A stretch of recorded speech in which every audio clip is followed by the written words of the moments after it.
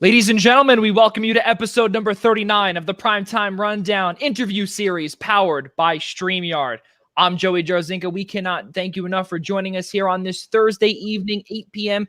Eastern Time. We are joined by someone quite familiar to the Blackjack Media Group family, my co-host on the Primetime Rundown, and also the Assistant Athletic Director for Sports Information at Adelphi University, the one and only Ian Schraier. Ian, even though it's been about, 6 days since I last saw you, good to see you again. And as we ask everybody, how has quarantine life been for the last 6.5 months?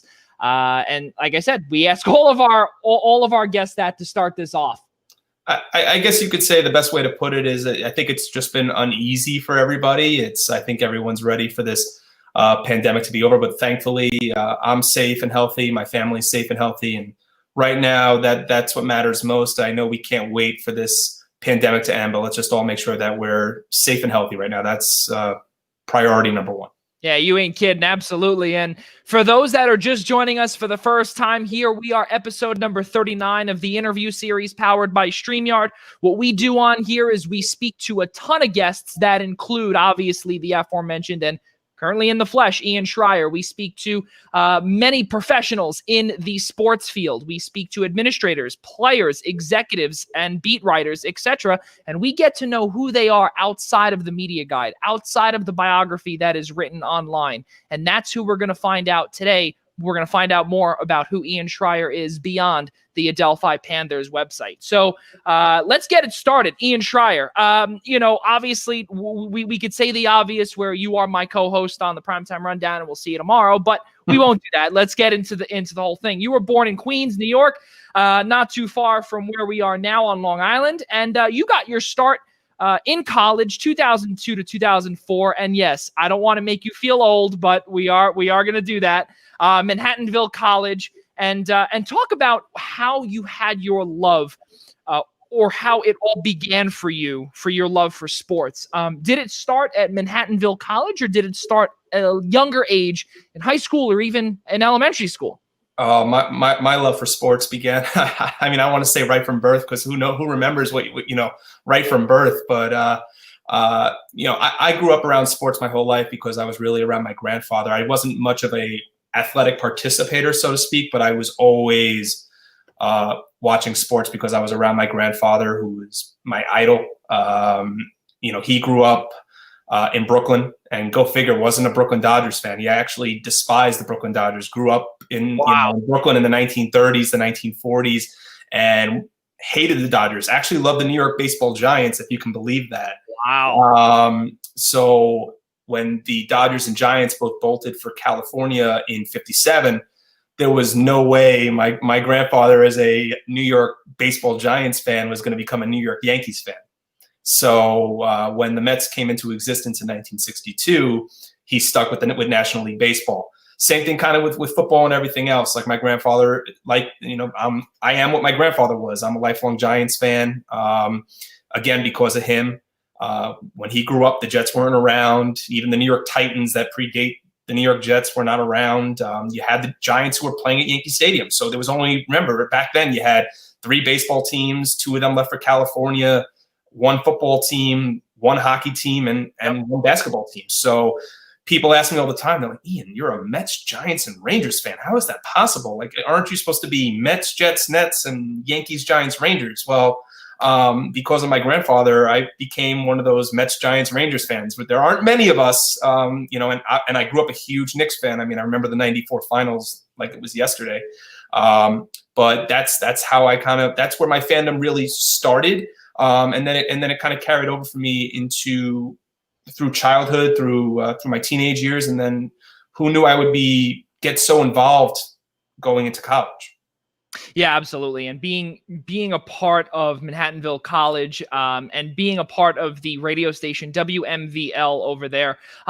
Ian, what was your degree, or what you were, striving to go towards? Obviously with the kind of answer my own question there with WMVL radio, you wanted to be a part of the radio station, but in what capacity? So I actually went to college initially to be a finance major. Wow. I realized that doing math and doing accounting just really wasn't for me. And the thing was my love was really to get a degree in broadcast journalism. And this was, I went to Manhattanville School, about 40 minutes from New York City, in Westchester County in Purchase. And they really only had a communications major there. They didn't really have something that you could focus on. Like now Manhattanville has a master's degree in sports management. Didn't exist when I was there. They had very few, if I remember, when I was in school there, of options for a master's degree. But the one thing we were able to do before I ended up transferring was you were able to self-design your major. Really? Wow. Yeah, you were able to self-design a major. And I remember sitting after your sophomore year, you were supposed to, just like any other school for the most part, you're supposed to declare your major. I remember sitting in a meeting with my advisor, and they were like, "What do you want to major in? And you've been doing finance the last 2 years. Is this what you want to do?" And I was like, "No, that's not what I want to do. I don't want to be a CPA. I don't want to be a stockbroker. Like, it wasn't for me. I know what I love to do, and my love is sports, and that's what I want to do." And they're like, "Well, we don't have a broadcast journalism major at Manhattanville. Is there some other way we can tailor the major for you?" And they told me about self-designing a major. And basically what it was they didn't have classes assigned to a certain major. So if you were self-designing a major, you had to basically take different classes from different areas to try to form what could have been associated to a bachelor's degree. So when I found that's what was going to happen, I really started exploring other options. It's really unbelievable, because now you obviously have to go to a school that offers your major. But for you, Ian, that is the coolest thing, to be able to pick your major. And again, something that a lot of kids today, I don't want to, make you sound old there, but this is something that— It's all right, Joey, you can say it. It's fine. Listen, we save the banter for tomorrow, but again, all joking aside though, that is really the coolest thing. And truthfully, I never knew that was even an option. But you then came back home, towards the New York metropolitan area. I mean, again, not that far, but you went out east, and you went out to Long Island, and you went out to LIU Post, and you eventually bachelored in broadcast journalism, and you joined numerous club or on-campus activities such as WCWP Radio, which is the big time FM station, radio station on, or actually right here in Upper Brookville. You joined the Pioneer. You also joined PTV as well.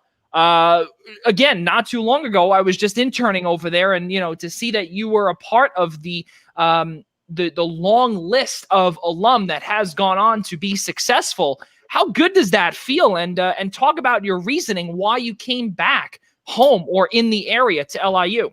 Oh, I mean, it certainly feels great to be thought of that way. If I am thought of that way as a successful alum of the university. Obviously, when I was there, it wasn't even LIU Post; it was CW Post. That's how I'll always remember it. I know, I'll always have Post pride. I'll always have the Pioneers in me, even though now that they're the Sharks. But for me, my top to kind of figure out how I got to Post was one of my very, very close friends, one of my best friends in the world. He's not with us anymore, but when we met my freshman year at Manhattanville, and entering my sophomore year, he had transferred to Post. He was originally from Long Island. He was from the Shoreham-Wading River area, and he was telling me, I was telling him, I don't want to be a finance major. I want to find somewhere where I can get a degree in broadcasting. And he says to me, "Ian, I think here at LIU they have a broadcasting major, if that's something you're interested in." I'm like,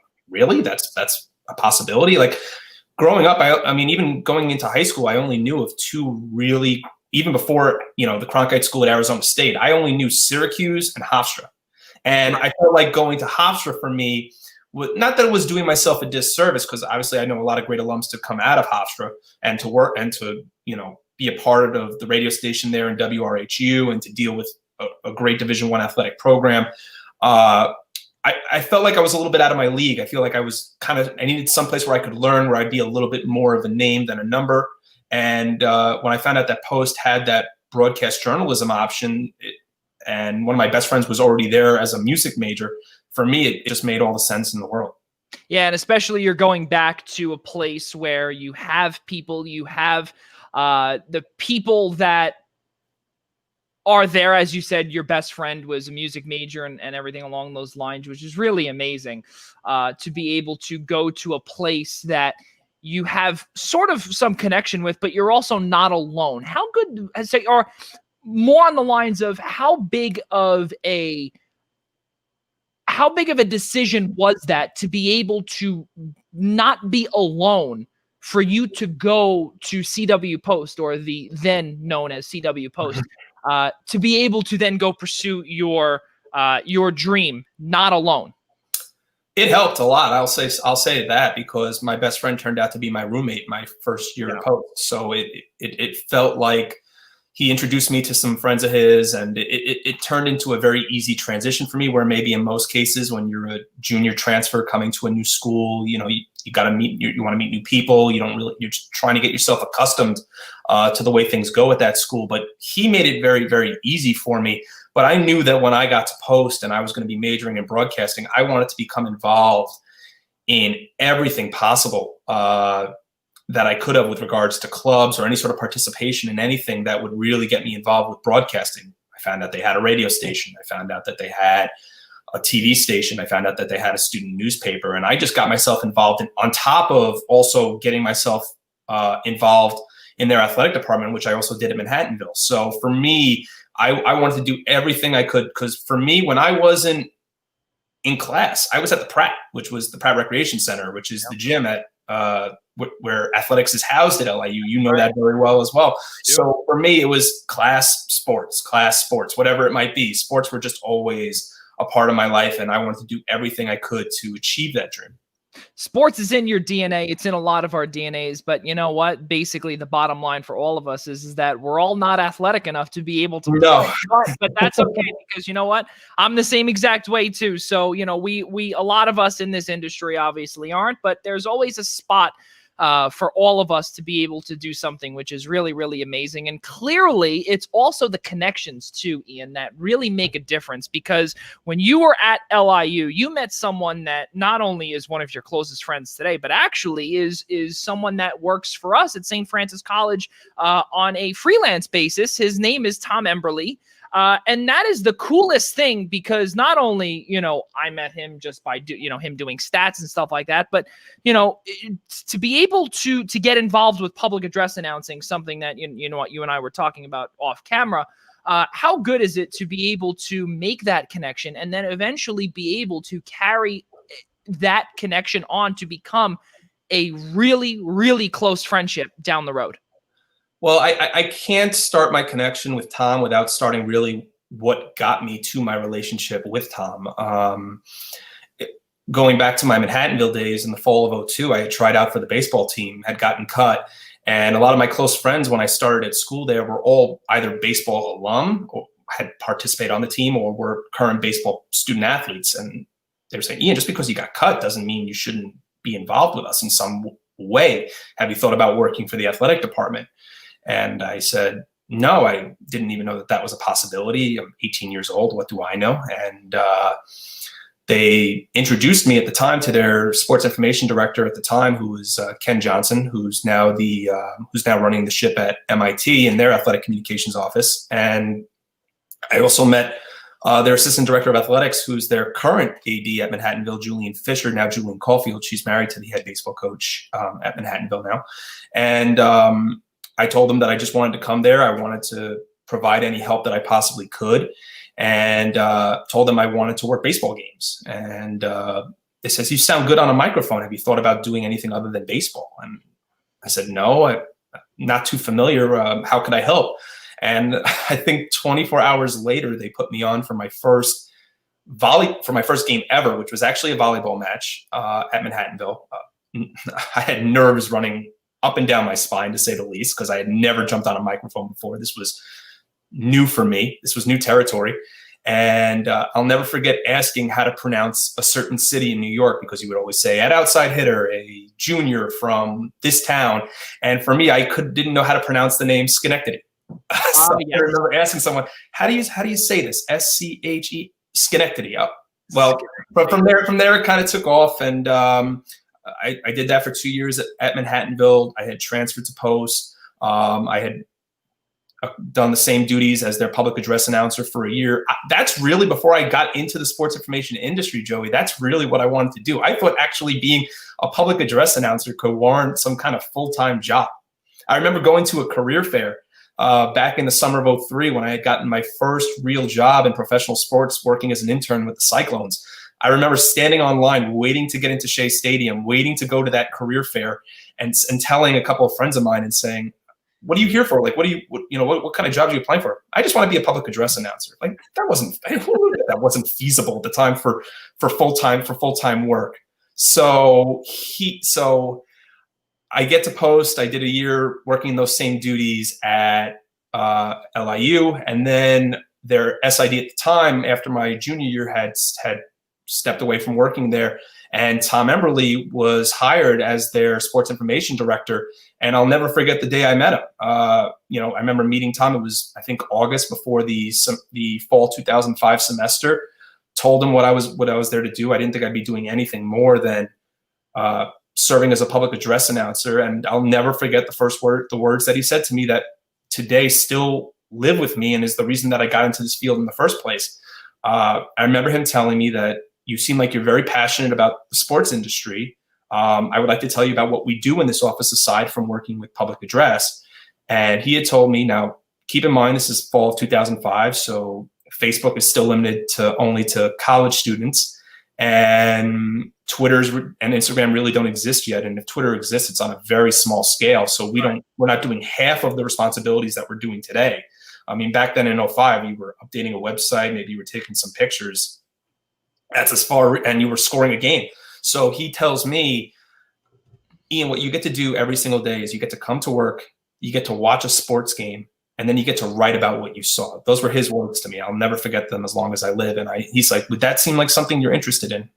Well, that's only my life dream, to work sports every single day. So where do I sign? And a lot of where I am today, I wouldn't be without him. And meeting Tom in the fall of '05 and working for him for 2 years as his student assistant at CW Post really set the tone for my career the rest of the way forward. Again, it's really amazing to see how in just one fall swoop you can make a connection that eventually blossoms into where you are today in life. And that's exactly what happened for you, Ian, because following your graduation, again, your doors opened mightily, where you did not really go far, and you got your main opportunity. They took a chance on a 24-year-old kid. The summer of 2008, you became the athletic communications director at Molloy College, following a brief stint at Stevens Institute of Technology in Hoboken. But talk about your time at Molloy College, and again, to be able to stay close to home is the biggest thing, because again, Ian, in our field, and everyone says this ever since I've heard it many years ago, is that in order to get back to where you want to get to, especially us in the New York area, you eventually have to leave home to eventually get back to the big city. And that goes in the broadcast journalism industry, because the big people, they sometimes come from other places or small places, and then they have to work their way here. You're not just going to get planted here. But for you, as a director of athletic communications, or athletic communications director for Molloy, how good was it that you were able to once again stay home?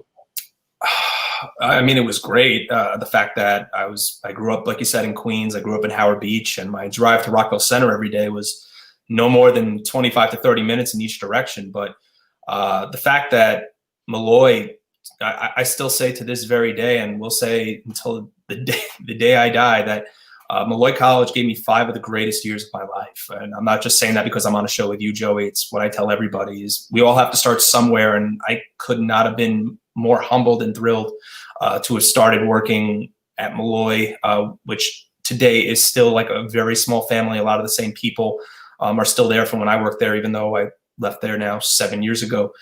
I love the fact that I get the opportunity to come back now once a year. I've served as the master of ceremonies for their athletic Hall of Fame dinner the last 2 years. So I've been there to help induct classes of student athletes that were there when I was there. It was just a great 5 years. I mean, my relationship with the athletic director then and still to this day, Susan Cassidy, dates back to my time at Post, actually. Susan was when I started at LIU in the fall of 2004, she was the head volleyball coach at the time, the head women's volleyball coach at LIU, and she had left after her the 2005 season because she was offered the job to become the AD and the head softball coach at Malloy. So things just kind of fell in the right place. I knew Susan from obviously past experiences as an undergraduate where I was doing public address announcing for their home games. And she just gave me an opportunity. Their SID at the time, who I still know to this day, Jen Mischke, she was leaving. I believe she moved down to Virginia, I think it was, and to pursue being a teacher. And it was kind of a perfect storm. I interviewed for the job, and they offered an opportunity to a 24-year-old that I certainly will never forget. To be able to be in the industry at 24 years old and have the director title linked to Ian Schreier's name, how big is that? Not only for you, but your family. Again, at age 24, this is something, Ian, that you can, not many people ever can have the name or the word director linked to their name. How good of a feeling did that feel coming out of college, and to be able to guide a whole department? How good did that feel for you? It's a sink or swim approach, Joey. It really was. I was only 24 years old. I only had 1 year of full-time experience. I still do count my 2 years with Tom as really full-time experience, because when I wasn't in class, it felt like I was there 9 to 5. And you didn't realize how much responsibility really went into that position until you stepped into that role and did it. It was, for me, it was on-job training was what it was. And there was a lot to learn. I'm not saying I know for a fact, but it just kind of felt there were certain days that there were coaches who were in some ways reporting to me and had to, needed things from me and needed things from a 24-year-old, a 36-year-old coach, going to a 24-year-old kid saying, Ian, I need you to do this and this. Do I really want to listen to a 24-year-old? So you're right. It's very rare in this business that we see someone at such a young age have the opportunity to lead a department like that in the SID role. And like I said, it was just a sink or swim approach. And obviously, there were certainly times I took my bumps and bruises, but there's not a thing in those 5 years that I would change. And to be able to take those directives from coaches that are double-digit years older than you, and to be able to run, and again, we're not going to knock any Division II, Division III, or anything along those lines, but as we know, as an SID myself who works at the Division I level, and from interning at Division II at a Division II schools at one point, such as CW Post, Ian, the differences between taking directives from at the time, rather, it would be obviously different from now. We'll get to that in a minute. But with Division II and III, you have to do a whole lot more because certain funds are not there as, for Division I, where some things are, they're accounted for, etc. At 24 years old, to be listening and to be saying, okay, coach, we're going to get this done for you. Was that intimidating for you? And clearly, again, you're here to tell the tale. You're not, you're not disgustingly thin where, acid is running through you, basically saying, okay, I'm not going to get this done. I'm just going to be, down in the dumps all the time. How did you get through it in not only year number one, but for, your first 6 months per se? Do you mean sort of like how is the question that you're phrasing more related to the fact of how many hours did I have to put in? Was it? No, I'm basically going towards, was it intimidating for for you, Ian Schraier, to listen to a coach and them telling you, okay, I need this, this, and this done by a certain time? How intimidating is it, again, to be able to speak with a head coach and say, okay, again, this is what I need done, And were you able to get that, especially because how many people were in your office when you were there? Well, the office is still to this day very small. I'm trying to count off the top of my head of how many of us were really full time. It was myself, our director of facilities and operations, our director of compliance, who's still there, Mike Grasso, Right. An administrative assistant. There were really only 6 or 7 of us that were full time. Most of the coaches at Malloy, if you don't know, are part time coaches. Are in there.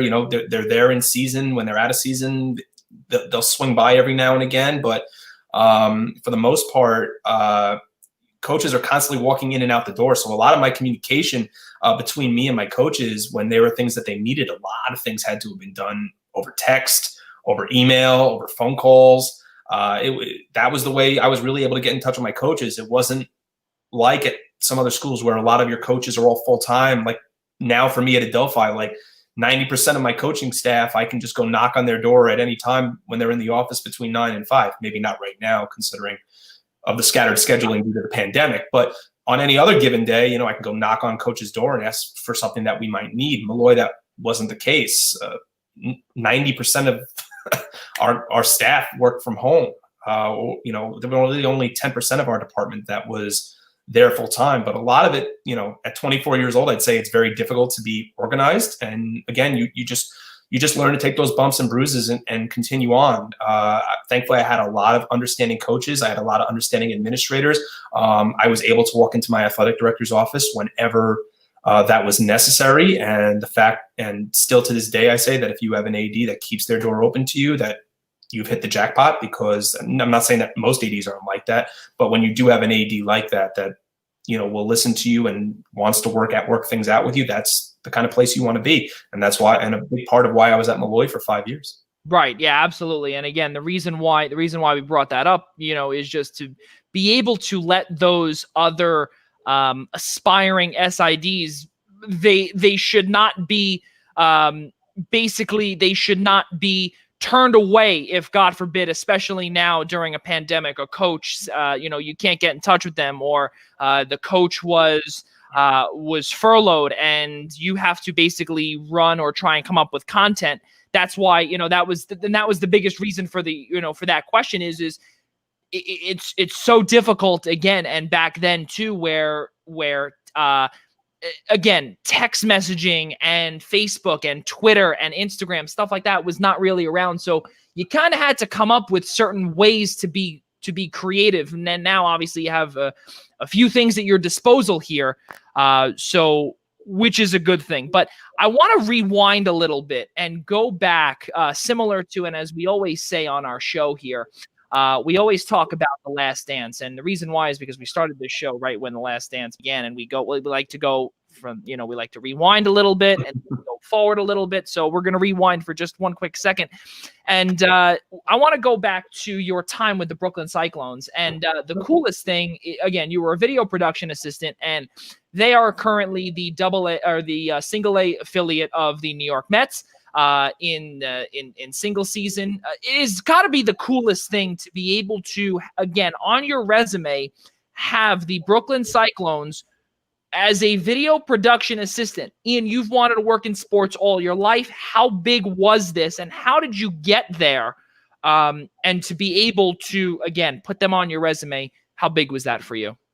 Well, there was a little piece of it that I actually mentioned earlier in this interview, Joey, was when I went to Shea Stadium at that career fair. I didn't know why I was there. I thought I was there to become a public address announcer. And I remembered a friend of mine and I, we went over there to go drop off our resumes to hopefully find, and I remember the place was packed. And to me, the coolest part wasn't even the fact that I got to drop off my resume. It came with a free ticket to the Mets game. I'm 19 years old. I got a Mets game out of it. Like, that doesn't sound like that doesn't sound like a chore to me. So I remember that summer, I got a call from the Cyclones. I got a call from their director of video production at the time. His name is Vic Christopher. He had invited me to come to Coney Island and more or less interview for the job. And I don't remember really the ins and outs of the interview just because it was so long ago. But I remember just telling him, he's like, what do you think about working in baseball? And what do you think about working for the Mets? And I remember telling him everything about how much I love about Mets baseball. And go figure, that June, I was asked to come in and serve as an intern, where I dipped my feet in everything. I was doing replay. I was doing technical director work. I was doing graphics work. I was doing Premiere work for videos on the video board. I was doing line score. You name it. I was getting exposed to it. And it was just a great summer. It really was. I had so much fun. It was a great experience. The opportunity to be involved with some structure at 19 years old with the New York Mets organization, to me, just stood out on its own. I mean, they could have asked me to take out garbage. It wouldn't have mattered to me. For me, it was the opportunity just to be involved with my favorite sports team, 19 years old. Like, you can't go wrong, right? So it was a great summer. And then that next summer, I got asked back on a part-time role, working, and I handled more of their technical director work that year. And it was just 2 summers that I had so much fun meeting great people. Vic went on to do the same thing with the Tri-City Valley Cats, who are the short season affiliate of the Astros up in Troy, just outside of Albany. Yep. And then the person who came in and filled his role after Vic was there for a summer was Brian. His name is Brian Jagoda. And Brian has since now, for the last decade and a half, been working graphics for CBS Sports. He does a Super Bowl or 2. So something small, right? Yeah, a little small. But the opportunity to be a part, and these were lessons and experiences that I got that I've been able to take with me for the rest of my career. Yeah, it's really, again, amazing to be able to get the Brooklyn Cyclones, and as we brought up earlier, to be able to have Malloy College director next to Ian Schraier, along in the same exact sentence at 24 years old, and then even earlier as a video production assistant, to be able to get your feet wet in minor league baseball is really a thing that you're blessed with. Again, not everyone can say that they've done this, but again, moving forward, following your time at Malloy College, you went back to someplace quite familiar that you are, let's just say, about this familiar with. Again, it is the coolest thing that you now know these people, the connections that you've made, eventually to be able to get back home. And this is a saying that I always say: all roads lead home. And clearly, it's very funny. You went back home, and that was to become the athletic media relations director, or in other words, you're basically the director of everything media relations, or media relations, and the athletics department at CW Post. So talk about that time there and how you eventually made your way back home to your alma mater. For me, like you said, Joey, it was just the opportunity to go home. That place had so many memories for me. Met my wife, met lifelong friends, made a career. For me, it was just the opportunity to go home. But a lot of my moves in my career have the fact that Post was home for me, but a lot of my moves in my career have been to expand on experience that I hadn't had yet. So for me, the opportunity to go to Post offered me the opportunity to work with a program that I had not at a full-time basis yet, which was football. That was something I had not had the opportunity to dip my feet into. Certainly I was nervous, but having the opportunity where my head coach was also my AD that hired me, to work with Brian. And it was a homecoming also because I was working with a lot of the same coaches that were still in place there when I was a student. A lot of the same coaches. So for me, it was just knocking on a door and saying hello to old friends, and like I said, having the opportunity to come home. And I saw a lot, did a lot. I mean, I think I did more there than I really expected ever to. I mean, I don't want to say that. I mean, Post obviously endured a lot of success while I was there in my 4 years there, but the opportunity to oversee new branding guidelines, the opportunity to, when I was there, that the number of sports at the university had increased substantially. So I was getting my feet wet with sports I hadn't gotten my feet wet with in years, sports like equestrian and sports. Obviously, I'm a golfer, but I had never worked with golf before. Golf and wrestling. And obviously, since LIU's added a lot more to that total sports number of sports that they've adopted. But it was just, I loved it. It was a great place. It always felt like home to me. And I know I keep reiterating that, but it's the truth. It was like, you drove on campus, you saw your old dorm buildings. And the fact that I got to come to the place where I got my start, and now I was sitting basically for the better part of my first year in the office that I used to sit in as a student assistant, now running the ship there, for me was just a great opportunity. And not only that too, again, it's the connections that you make, and especially in this industry, and it's not only the road or the path or just submitting your application or the knowing the people.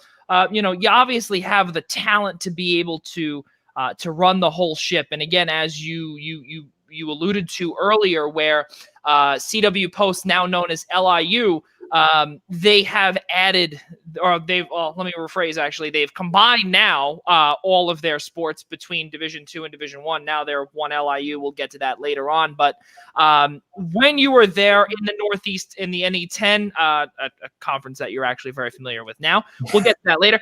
You were the primary media liaison for the 2017 Conference Football Championship and also the East Coast Conference ECC Men's and Women's Lacrosse Championships on ESPN3. Now, you get your feet wet on national television or on a streaming service that is shown worldwide. Ian Schraier, this is a humongous question for you, is that you now have, again, the ability to be able to run multiple sports. You are the director of athletic communications director, video production assistant, and now you are the one that everyone has to come asking questions to.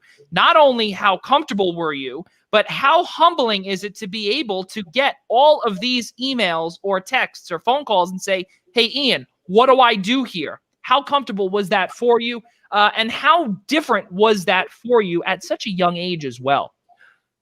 Joey, I will never forget the year that we hosted the NE10 Football Championship on ESPN3, because that day, and the team we were playing that day was Assumption, and who the SID at the time is now one of the SIDs at the Northeast 10, Ben Stockwell, and he and I are maybe every other week constantly reminiscing about that day and and everything that went into that day. I mean, the day before, I'll never forget, they had brought the generator for the TV truck, and the generator actually leaked oil onto. I'll never forget it as long as I live. That morning, getting to campus. I mean, not only did we have a conference football championship where both stands were going to be completely packed, we had media attention. Next door, we also had, on the field adjacent, we also had a national quarterfinal Division II men's soccer game going on, on top of, I believe, a tip-off basketball tournament indoors.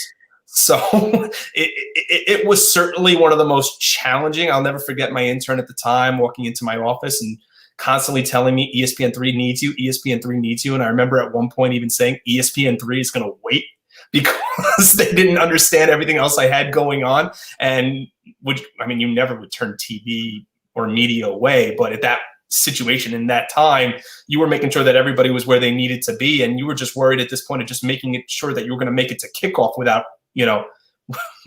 a blunder.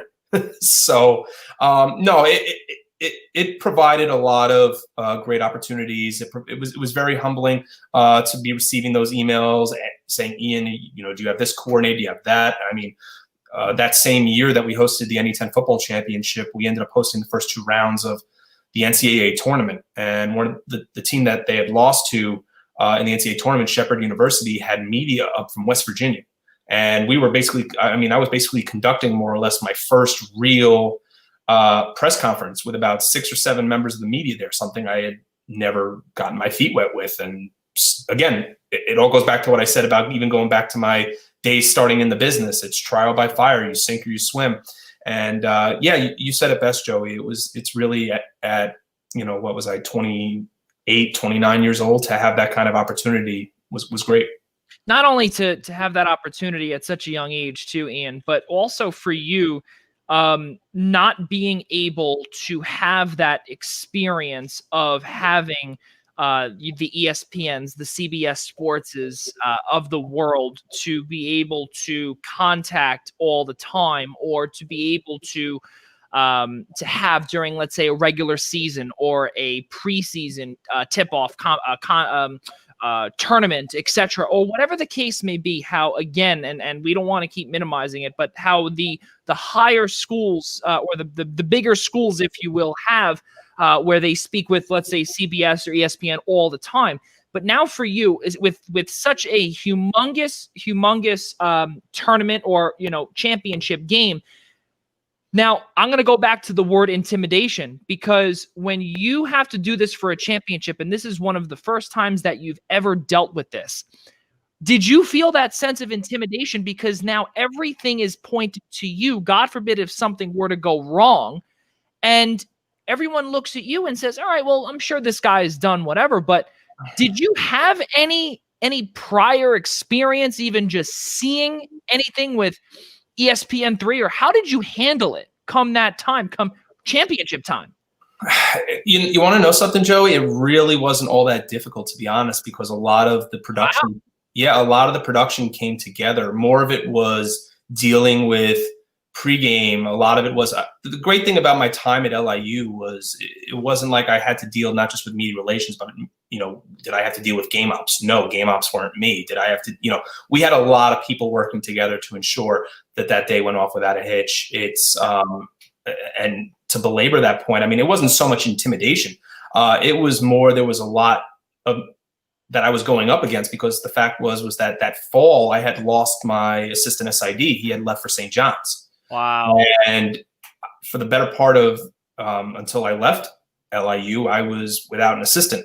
So for me, I was really depending on every single person, and this even goes into the 2 NCAA tournament games we hosted. I was depending on every single person in that room to be able to pull their weight.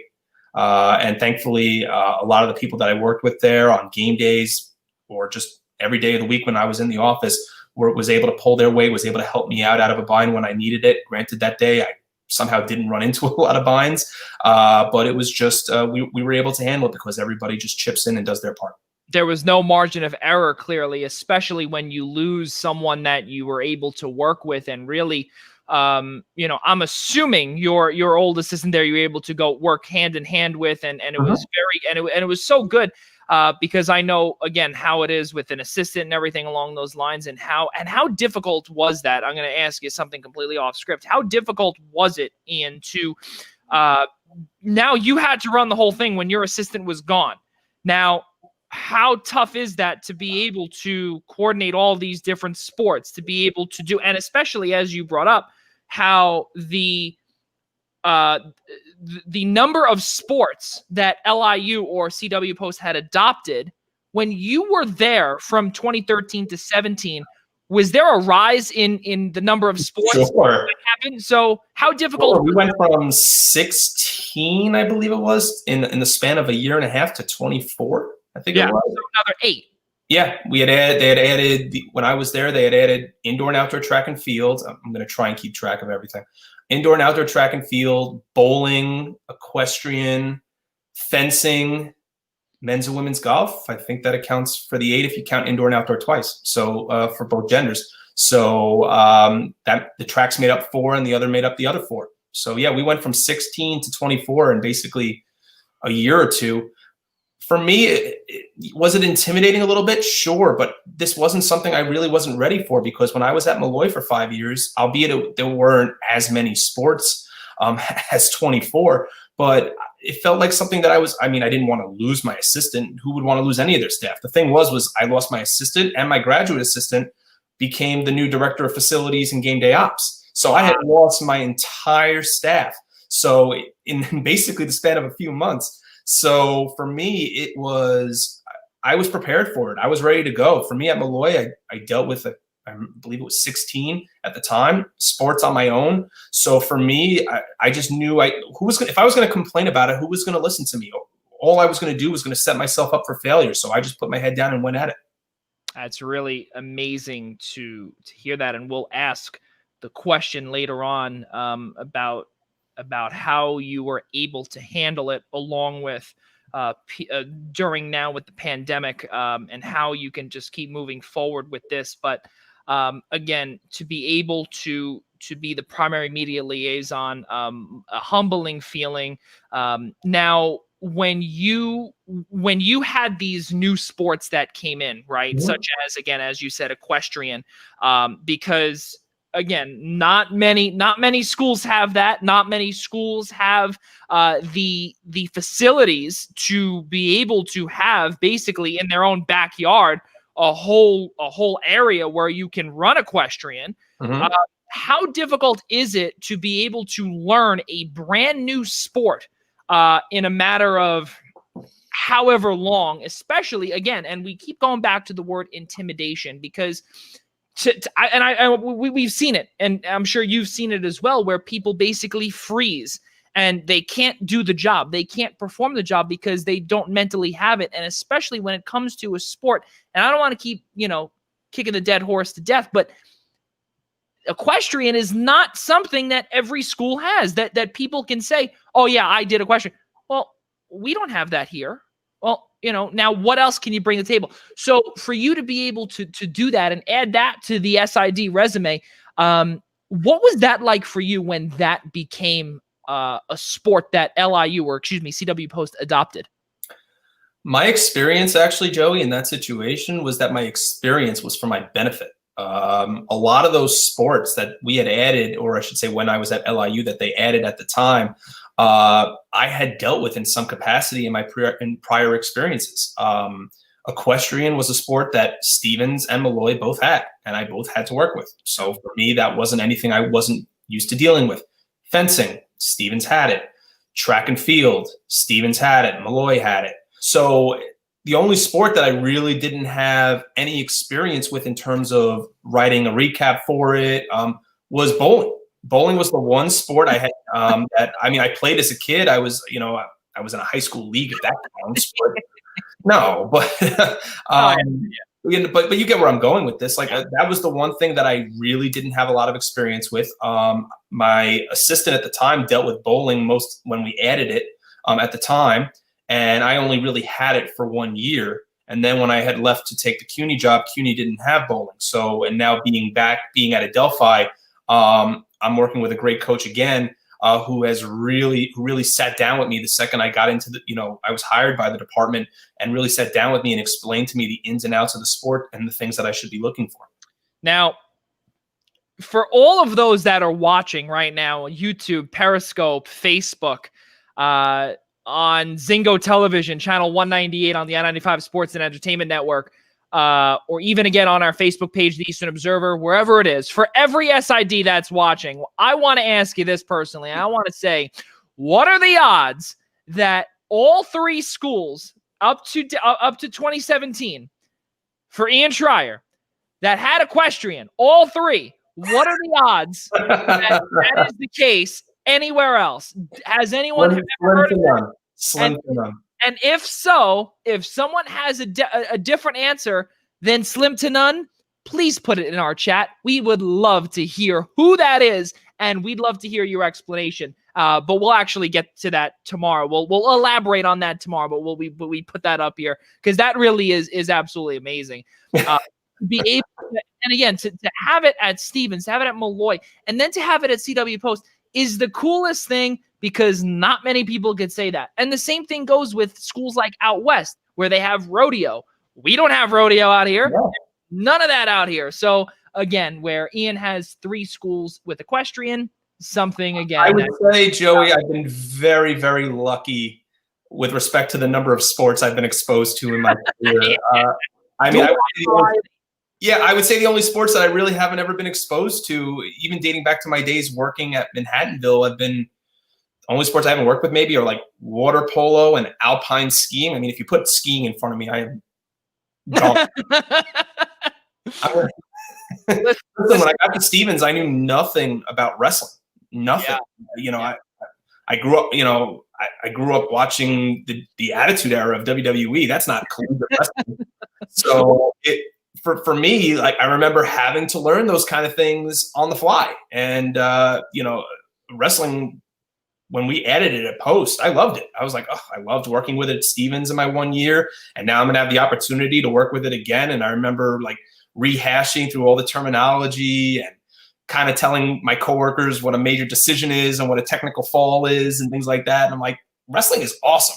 So like a lot of the sports that they added, someone who enjoys golf, I love the fact that they added golf. I mean, obviously it added a lot more to my plate. But like I told you, it was just new experiences and things that I was able to add to a resume and take with me. Amazing things, and I cordially invite you to some of our water polo matches when they resume on the campus of St. Francis College, because that would be a good help, and take the load off of us, because it's a lot with the exclusions and the goals and the trying to do with the fouls and everything and the caps and everything. So really, really cool stuff to be able to do that back at your alma mater. For roughly 4 years. And then we head west again. And this is actually for those that do not know, and for those that are just tuning in for the first time, to both Ian and myself. If you don't watch our Friday show, shame on you. Please tune in tomorrow. But again, how we met, Ian, was I came knocking on your door at CUNY. I think that was where was that? That was Queens College, right? So you were named the CUNY Assistant Commissioner for Strategic Communication. Now, again, we ask you this. You have director and Ian Schraier in the same exact sentence. Now we can add commissioner to, and it doesn't matter if it's assistant, it's still a commissioner title to your resume. Talk about how you got that, and just to be able to do it now on a bigger level. You are a part of a, do we want to call it conference, if you will? Yeah, sure. So CUNY kind of came up out of the blue. I had known a lot of the people that I was going to be working with. I had prior friendships with the commissioner at the conference, Zach Ivkovich. I had known Kim Santiema and Mike Sporton for years. And this was something that I had yet to expose myself to. And for those of people that have never been to a CUNY event or a CUNY championship event before, it's one of a kind. It's, I remember being asked at a training for some of our interns my second year and saying, Ian, what did you learn, in your first year when I was at CUNY? What did you learn about CUNY that's different from everything else? And I'll tell you, in terms of championships, in terms of the way things are run and the way things are operated, CUNY runs things for their championships like it's a Division I event. Like you're going to the Final Four, the signage, the crowds, the experience. Like they try to make it basically like you're at, I don't want to compare it to like the Super Bowl, but like they make it like you're on the grandest stage of them all. And for a conference that's only based out of the 5 boroughs of New York City, and to do that for their student athletes was certainly an eye-opening experience. The fact that they broadcast, they bring in an outside production company to come in and broadcast a lot of their championships. That's something that I had never seen before done at a conference office level. I had never done players. I mean, I'd always been on the receiving end of doing Player of the Week and Rookie of the Week. I had never actually been the person to select those nominees. So there were so many different pieces at CUNY that I got exposed to that are not done anywhere else. Like one of my favorite parts of working at CUNY was the opportunity, because when you work in a conference office, you tend to have a little bit more of an isolated feel as compared to working at a campus. At a conference office, you're a little more, no student athletes are really coming to visit you. It's pretty much the same people walking through the door every single day. And I don't want to say it becomes boring. It's just a different, coming from someone who had 9 years experience working as a director on a campus or between 2 campuses. I had never experienced anything like I did at CUNY before.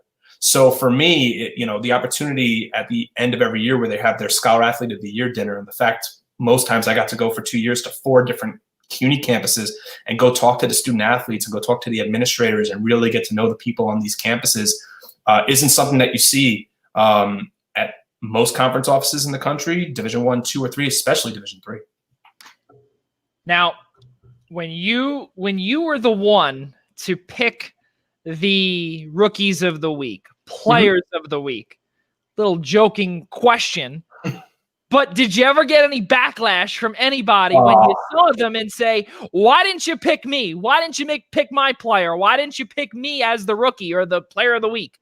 I mean, I'm going to kind of pat myself on the back here. I actually didn't get too many of those, so I kind of feel like I did it right. But I certainly got the phone call a couple of times for each season saying, Ian, why didn't you pick my kid? What was wrong? He had much better numbers than the guy you picked. And I'm not going to get into too many get into any specific conversations that I had with any coaches or fellow SIDs.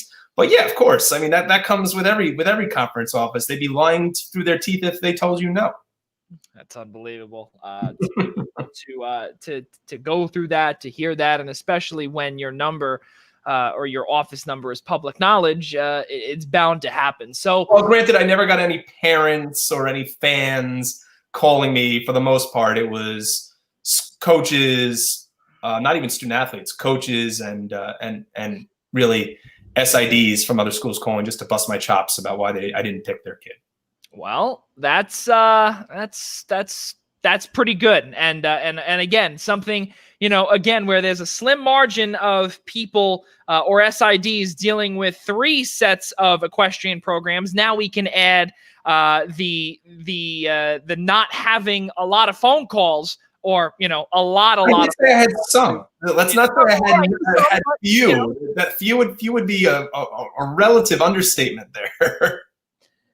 2019, Ian. Let's keep moving forward. 2019 is when you conclude your time at CUNY and to be able to head back east once again. And this is where you are now. We see on your sweatshirt, you are the Assistant Athletic Director for Sports Information at Adelphi University, Garden City, New York. You are back here on Long Island. Talk about how you, let's say, came back home for a third time. How good did it feel to be, again, you didn't have to go far. You're here, and you go back to the Division II level that and again, you're a part of the Northeast 10 Conference again. How good does it feel to be able to get back into familiar digs?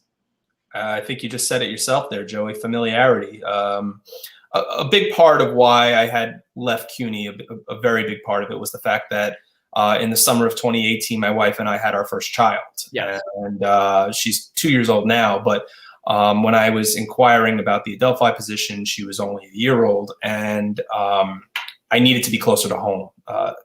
Yes, that the fact that I was moving back to a school setting, whereas maybe in a conference office setting where you have more free weekends and, your only busy times of the year or championship times. For me, the travel and the back and forth to Queens College, and the fact that I could be closer to home, go pick up my daughter if need be, and only be 20 minutes away instead of maybe sometimes it would take me an hour to get home from my offices at CUNY, played a very, very large role in that decision. I had also missed the opportunity to be back working with the student athletes. Like I said, the conference office kind of gave a little bit of that isolated feel, where I really missed talking to coaches every day, and I really missed talking to student athletes every day.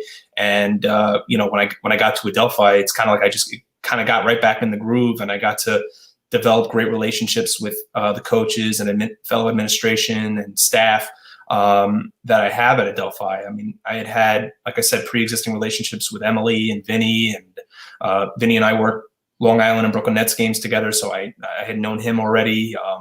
And the opportunity, like I said, just to be closer to home and have the opportunity to, only be 20 minutes away when my daughter needs me was a big selling point for me when the opportunity came around. Exactly, and especially again, Father of the Year, because what you have to do. No, it's true, Bill, because what you have to do, and again, and we know it all too well, especially because we live out in Long Island, or on Long Island, excuse me, and to be able to travel west is not easy, and especially where you were also not much public transportation, if any, from Long Island to there. So, to be able to do that and to make that family choice, it's a life-changing move.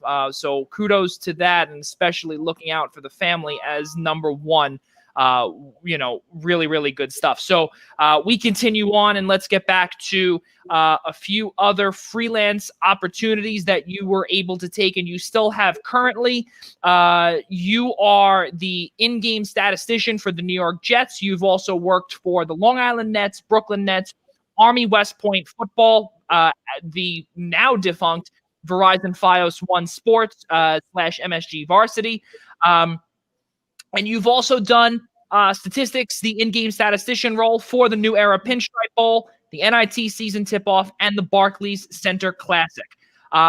Again, these roles, Ian, are stuff that people dream of having, and they can't get it ever. How humbling is it to be able to be a statistician for the Brooklyn Nets and for the New York Jets? My goodness, this is amazing stuff. Well, I mean, to say it's humbling is an understatement. I never thought that from the days that my career started in this business that I would ever get those kind of opportunities. And I'm not trying to say that because I thought they would. No, I really didn't know that these opportunities would come available to me. I just really wanted to put myself out there. And another big piece of why I was able to get a lot of these opportunities also goes to what I've done as well with New York Sports Day. So it's these freelance opportunities are opportunities that I put all my heart into as well. And, and I'm very happy to have been given these opportunities, when they've come about. Now, again, we bring up the intimidation factor, where now you've gone from the collegiate level to the professional level. And now, have you ever gotten any, let's say, remarks of how you scored a game, or especially at the professional level? How difficult is it to, let's say, receive criticism at the professional level? Because with one false swoop, you could be out the door, with a boot to your butt. How difficult is it, God forbid, if, in the beginning for you anyway, were there any hiccups? Oh, I mean, I'll tell you, my training, when I learned how to use not even what's there now, which is NGSS, which is actually the NBA Global Stats software, which is actually just a scaled up version from what many of our fellow SIDs know as NCAA Basketball Live Stats. NCAA Basketball Live Stats is literally a scaled down version of the NBA software. And before that came into existence, we used a program where was a little more outdated. And I remember sitting in the Brooklyn Nets offices one summer and learning this program, and it was out of my mind. I knew the first time I ever sat in front of a computer and tried to score a game that it was going to be a disaster, and of course it was. I just certainly appreciated Brooklyn and Long Island's time to be patient with me, but I would certainly say that my time with the Long Island Nets has certainly yielded its dividends. We found out last year that in the 2018-19 season, we had our stats team, which is pretty consistent in terms of our inputters and our callers, was actually the number 3 stats team in all of the NBA G League in terms of accuracy. So not trying to pat myself on the back, but like you said, there's definitely an intimidation factor, but I put so much heart into everything I do, and just the opportunity to be on the court at Barclays Center, be on the court at Nassau Coliseum, be up at Yankee Stadium watching a football game, whatever it might be. It's just about maintaining that professionalism, that professional atmosphere, and just doing the best that you can. And not only that, too, Ian, this is stuff that when you grew up, as you brought up earlier, where you would be looking and you would see these guys that are doing the job that you're doing now is really amazing, because now you're one of those. To be able to, again, run the statistician's table, or not the whole table, but just to be able to be the in-game statistician, and to be able to learn and to control this big system that, as you brought up, for those that are watching, a much bigger version of live stats for on the collegiate level. So really good stuff. And again, to be able to balance all of this work at the professional level, now you can say you've almost done it all. But now you've also been in numerous professional press boxes as well as a contributor / staff writer for New York Sports Day, where you covered the following: your New York Mets, let's call them the biggest rival to your New York Rangers, the New York Islanders. You've covered the ACC tournament in 2017 at the Barclays Center as well. So to be able to cover those two teams and events, plural, again, you look up and you say to yourself, I am that person now. How good is this that you are now getting this freelance opportunity? And how did you get there? So how I got there actually dates back to my first summer with the Brooklyn Cyclones in 2003. Yeah. I had met Joe McDonald, who's the editor-in-chief of New York Sports Day. He was basically more or less just kind of getting his organization. It was pretty much a grassroots organization at that point, just kind of coming up through its infancy. And I remember he was actually, I still try to find it to this day. I know he wrote an article for his website on our video production team. And I'm wondering if I could still ever even find it. It was from 2003, 17 years ago.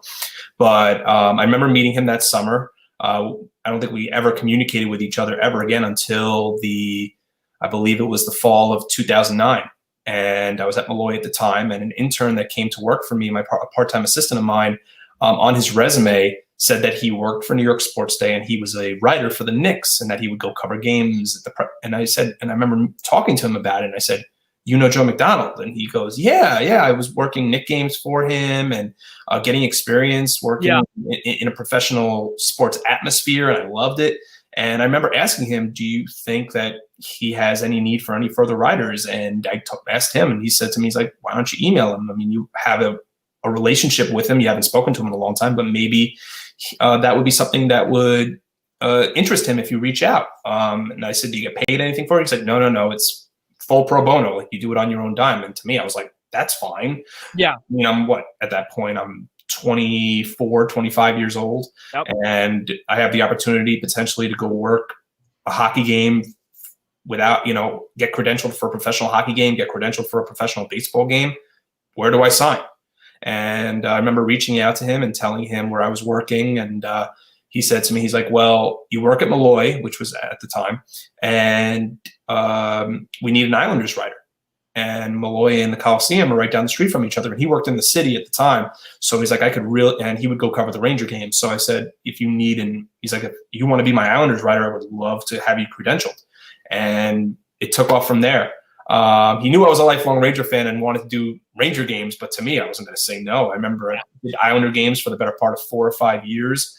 Got the opportunity to go into the locker room after the game, the coach's press conference, and I'll never forget the first Ranger game I worked. I remember he offered me a Rangers Flyers game back in 2010, and I could not work it because I didn't respond quick enough because I wasn't checking my email.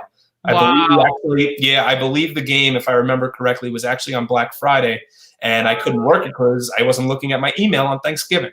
Right. So like a week later, he offered me my first Ranger game, and of course I didn't say no to that. And that to me was an experience I'll never forget, just because to me I was having the opportunity to walk into the inner workings of the Garden, to a place that was like a mecca to me, and still is a mecca to me, and have the opportunity to walk down the hallways that some of the great Knicks and Rangers greats that I idolized and grew up watching.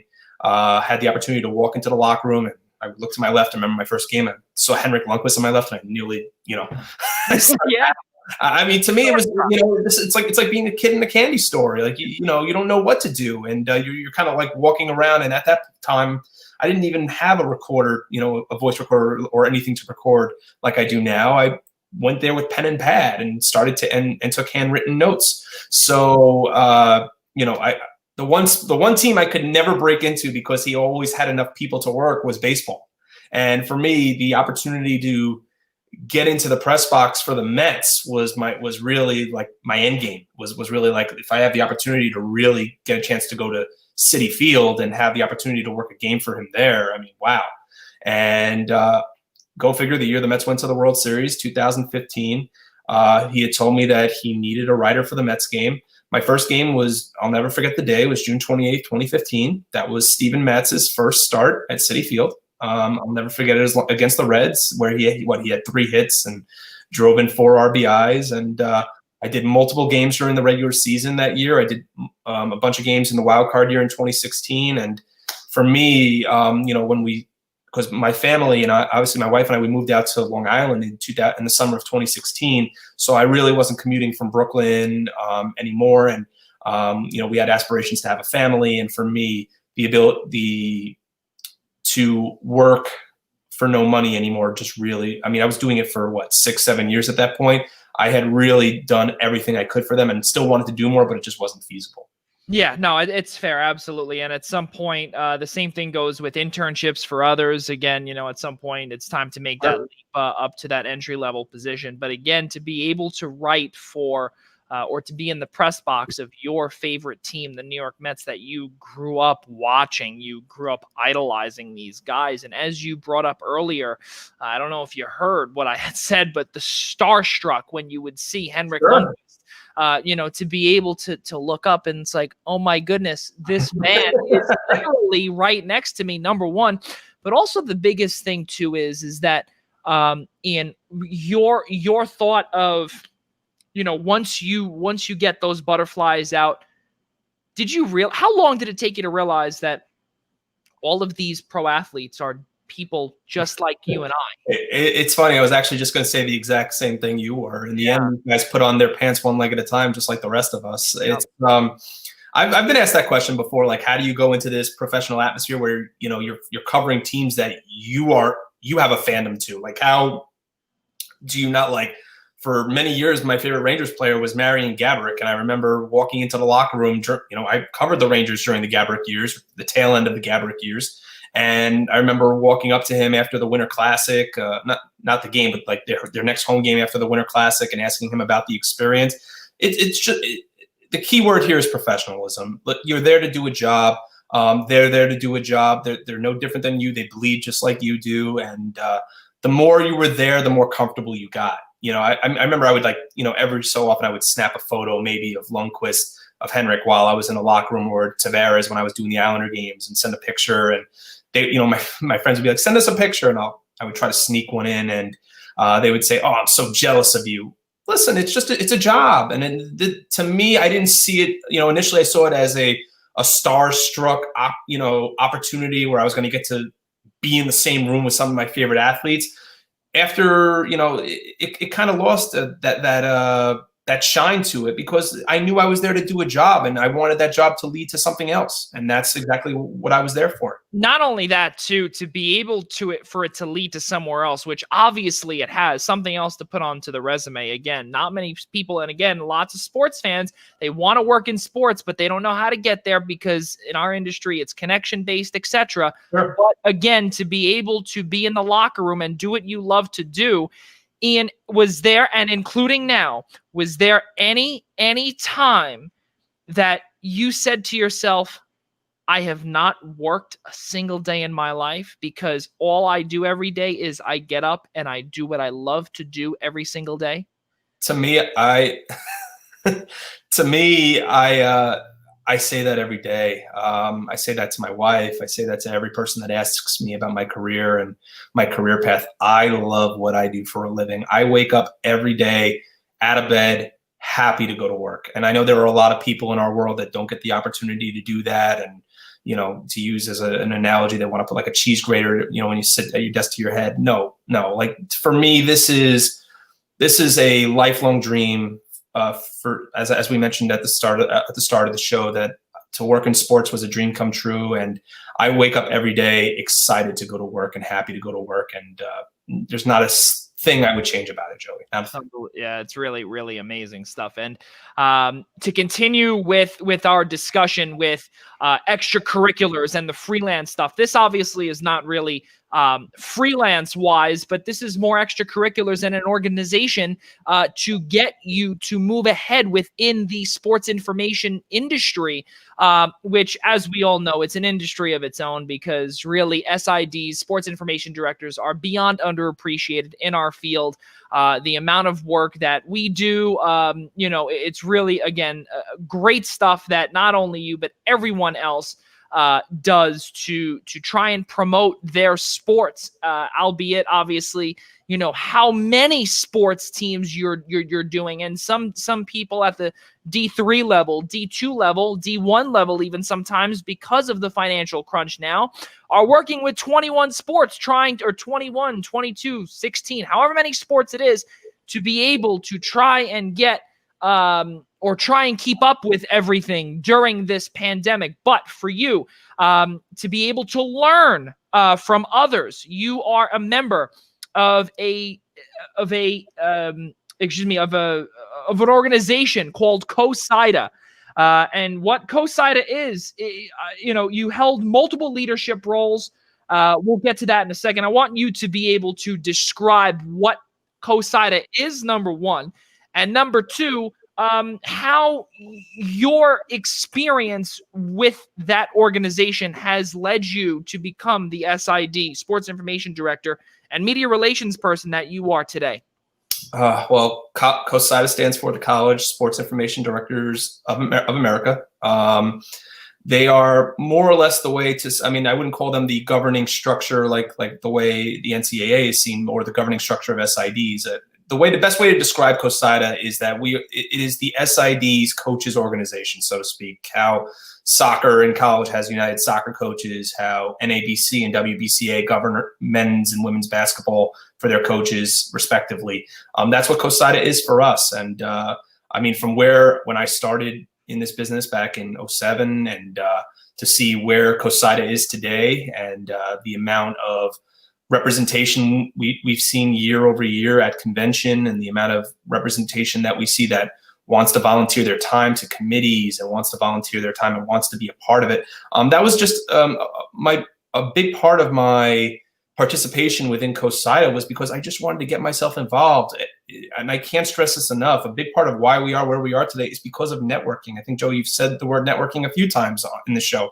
How important it is to connect with people. And COSIDA, if this is the business that or EastCom, if this is the business that you see yourself wanting to be in, COSIDA convention, EastCom convention, or just getting involved in panels, or getting involved in their continuing education speaker series, things like that, get yourself involved. That's how you're going to get out there. That's how you're going to meet these people. And it's a reason why I've met a lot of the people that I have. Yeah, absolutely. COSIDA, I'm actually a member of it. It's really, really good stuff. You've also held leadership roles with COSIDA Workshop Program Committee. You've also been a part of the D2 SIDA Executive Board. You coordinated voting for the D2 ADA Men's Soccer All East Region and USILA Division II All America teams. Now, again, we bring up the connections, how eventually you got these. Again, to be able to be working on a workshop program committee, to hold certain leadership roles, again, at such a young age. And we want to say, Ian, obviously, where you are now, you're still young. We're all still young. To be able to hold these positions and to be able to participate in some of these committees or programs or workshops, how big is this, again, to advance in the industry? Oh, it's huge. And the opportunity just to be a part of chairing a committee, or being on their board of directors, or involving yourself in some sort of leadership role. Like COSIDA advocates every time that there's a call, or every time that there's a panel at every convention, get on committees, volunteer yourself. Look, I wouldn't have been able to get on to become a co-chair of the workshop program committee if it wasn't for one of my mentors in this business, Dennis O'Donnell. Dennis, the longtime SID at the University of Rochester. I met him at my first COSIDA convention in 2009 in San Antonio, Texas.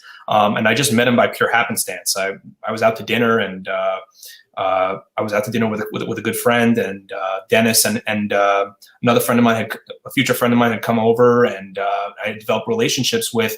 And Dennis was telling me about the program committee, and that he chaired the program committee. And what the program committee did for COSIDA was that they came up with the ideas and developed all the ideas that went into the programming for the workshop. And I was like, wow, that sounds like something I would definitely be interested in. He's like, yeah, Ian, shoot me an email and let's get things going. And to this day, I still, depend every time I see Dennis at a convention. He and I always, make sure to make time for each other and talk to each other and catch up. And I still turn to him for advice to this very day. And I remember, I believe it was the 2011 convention in Marco Island, where he named us his co-vice, myself, and at the time, April Good from Virginia Tech as his co-vice chairs. And he stepped down in 2012 at the St. Louis convention and named us both as co-chairs. And I just couldn't have been more grateful and humbled to have had the opportunity to serve in those roles that I did. It's absolutely amazing to be able to get the opportunity to be able to serve on these roles, or to serve these roles, to serve on the panels, to also, don't forget, I don't know if you've ever gone to some of the conventions with and again, I personally have never been to one, but from what I hear, it's not only, it's really informative, but again, the amount of people, it's the everyone in your industry who can go really just chats with one another. Everyone's usually outgoing, and just to be able to mingle with each other and have a good time, and to just really learn from each other, because everyone else has you're able to learn from everybody else. Someone has a certain quirk that maybe can be useful to you at another division or another conference or another school, etc. Really cool stuff there. So again, for those that are watching on, or that are sports information director wannabes, or aspiring sports information directors, definitely COSIDA is the place to go to. As Ian said before, EastCom as well. Really, really good stuff there, and again, a resume that most people, and actually all people, should be looking towards if they want to be in the athletic communications field, professional or collegiate.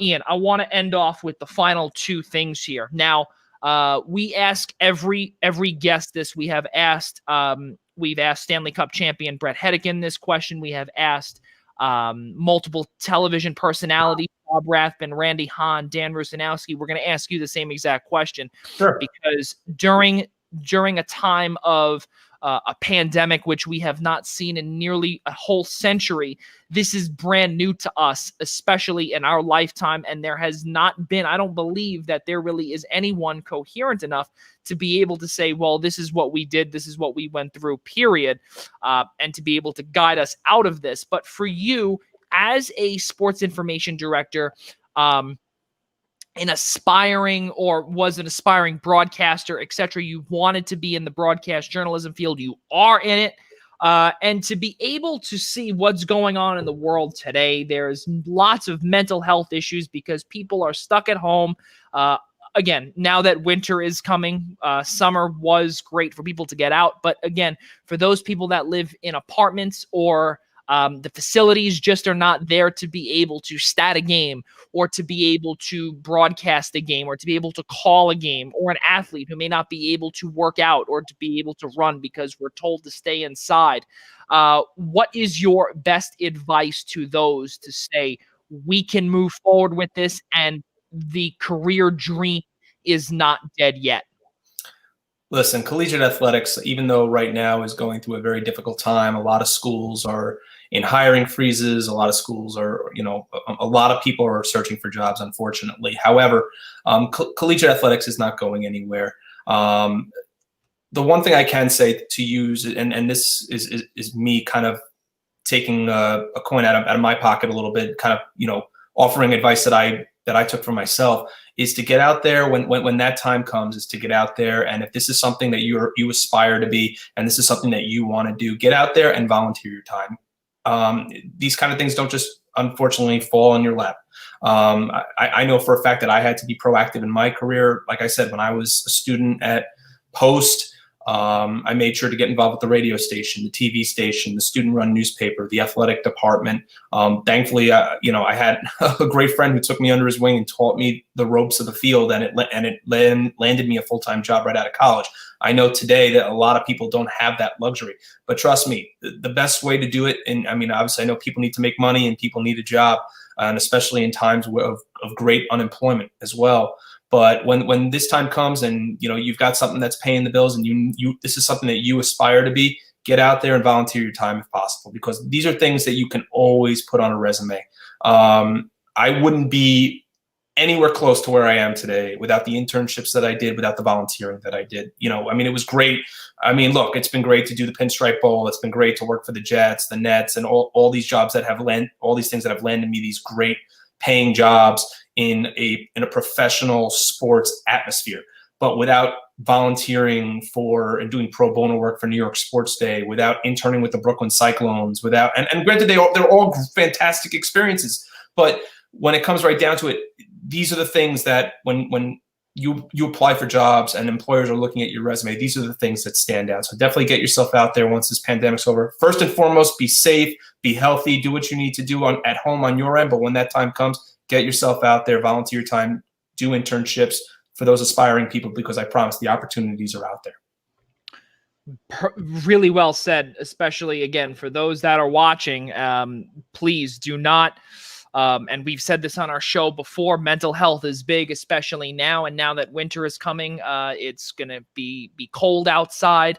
And again, we don't know the direction of our pandemic, where it's going to be going, whether it's in the opposite or in the negative direction or potentially the positive direction. Again, just bear with it and try and do your part. As Ian said, there are opportunities out there in this profession for sure. So, Joey, do you mind if I just drop one more thing? Listen, of course. If you want to be an aspiring SID and you walk into an athletic department, obviously once this pandemic ends, no SID will ever turn away free help. Yes. I promise you. And even if they do you're not getting paid, they will find opportunities to try and help get you paid, myself included. Okay. So don't be afraid to volunteer your time. Like I said, the experience, no one will ever turn away free help. I promise you that. That's really amazing to say that, because again, free help in the SID department, it's definitely needed at any level. Always, at any level. Even if your office consists of 30 people, you can always have a person number 31 or 32 that could be key to your success at your with your program, with whatever it is: tennis, basketball, football, baseball, whatever it is. So now that we have come down to the final bit of, or the, I guess 2-minute warning of our interview here, Ian, I would say, would you want to do the honors in terms of the news that everyone has been watching for this whole time? You saved the best for last, but I think Ian Schraier should be the one to announce some good news on the Primetime Rundown interview series powered by Streamyard. What do we have on tap, Ian? So my interview with Joey today is going to be the first of an ongoing running, and I hopefully continually running interview series where I want to bring on those of us in the athletic communications industry. COSADA does a great job of telling our stories, and so does EastCom and a lot of other businesses out there that want to tell a story of the SID. And in times of uneasiness, in times of where we're seeing those of us in the business that are losing our job, or I want the opportunity for other SIDs. I mean, our footprint's in the north, in the east, but we're going to branch out everywhere. Just as Joey has branched out with a lot of the people that he's interviewed. We might be located in New York, but we're going to branch out everywhere. And I want to give other SIDs the opportunities to tell their stories, their experiences, just like Joey did for me today. So my hope is that at the start of November, we're going to have our first official guest on for the at least the athletic communications portion of the Primetime Rundown interview series powered by Streamyard. Yeah, you know what? And the best part is for something that Ian, he's going to bring them on, and let's not forget, Ian is going to be the host of the Primetime Rundown interview series. Now, again, we're both going to be doing this, and it is a team project that him and I both discussed a few weeks ago, or actually a month ago, or whatnot. And we are both beyond grateful that we have the time, we have those facilities, and we have the talent to bring on to be able to continue this interview series on such a great streaming platform. Thank you, Streamyard, to be able to continue this and to tell the story of collegiate athletics, and especially the guys and gals as well that do not get their voice heard from really all around. And that includes the guests that Ian brings on, that Ian will be bringing on, and the guests that I'll continue to bring on as well. But please, folks, keep an eye out on the Eastern Observer Facebook page, Twitter page, Instagram page, and also the Eastern Observer website at theeasternobserver.com. Really, really good stuff coming your way. And episode number 40 is going to be with Ian Schraier. So that is going to be the coolest thing, where he can have his first episode on a milestone of an episode. So that's really good stuff. And keep tuned for the announcement. The announcement for our first guest should hopefully be coming this upcoming week. Exactly. So it's gonna be tons of fun there, and now that sports is slowly dying down, if you will, we'll be continuing to bring on guests left and right. It's going to be tons of fun as we continue on here, and Ian and myself team up to really, really knock this thing out of the park and continue to hopefully grab the attention of all of you that are watching, not only for tonight, but moving forward. So Ian Schraier, episode number 39, my co-host of the Primetime Rundown, our flagship podcast. I can't thank you enough for coming on here tonight. And obviously we'll see you tomorrow, but really, really good stuff here. Getting to know who you are even more than just the Adelphi Panthers website. Thank you. I mean, I'm really looking forward to it. It's obviously I love jumping on with yourself and Rob every Friday to talk about the happenings in professional and even a little bit of collegiate sports as well. But this is a labor of love for me, and this is giving me now an opportunity to give back to the industry that has given me so much and so many experiences and things and opportunities that I'll never forget. And I'm very much looking forward to it. Cannot wait for tomorrow night, folks. For those that are usually a part of our programming, please tune back in tomorrow to see both Ian, myself, Rob DeLuca all talk about sports that has happened in the last week. Episode number 38 comes to you live tomorrow night, 6 p.m. right here on the Eastern Observer and the I-95 Sports Network, Zingo Channel 198, also live streaming on YouTube, Facebook, and Periscope. The Primetime Rundown, powered by Streamyard, is presented to you by Black Cats NYC. Also, let's not forget our cross-promotion. We continue doing this every week. We are cross-promoting with the New York Professional Scouts Association. Episode number 27 of the Scouts Minute will come to you on Saturday morning starting at 11 a.m. Eastern Time. We will be speaking, we will be highlighting the amazing career of my good friend who I have been blessed to know for the past 11 years, New York Yankees area scout and supervisor Caesar Prescott. We will be highlighting his legendary career, and not only that, the player that he signed into the majors, Dylan Betances. Really, really good stuff there from our good friend Caesar and what he has done in his community in the Bronx. Also, next Tuesday, folks, I'm thinking it's tomorrow already, saying fellas. Next Tuesday night, next Tuesday evening, October 27th at 6 p.m., our guys, Al Carl, Ryan Joy, Gary Miheffi, John Smith, and John Diaconti will be back for episode number 25, a milestone episode, again, of the Essential Wrestling Podcast, presented to you by ProWrestlingPick'em.com. Really good stuff. Again, that can be seen here on Facebook,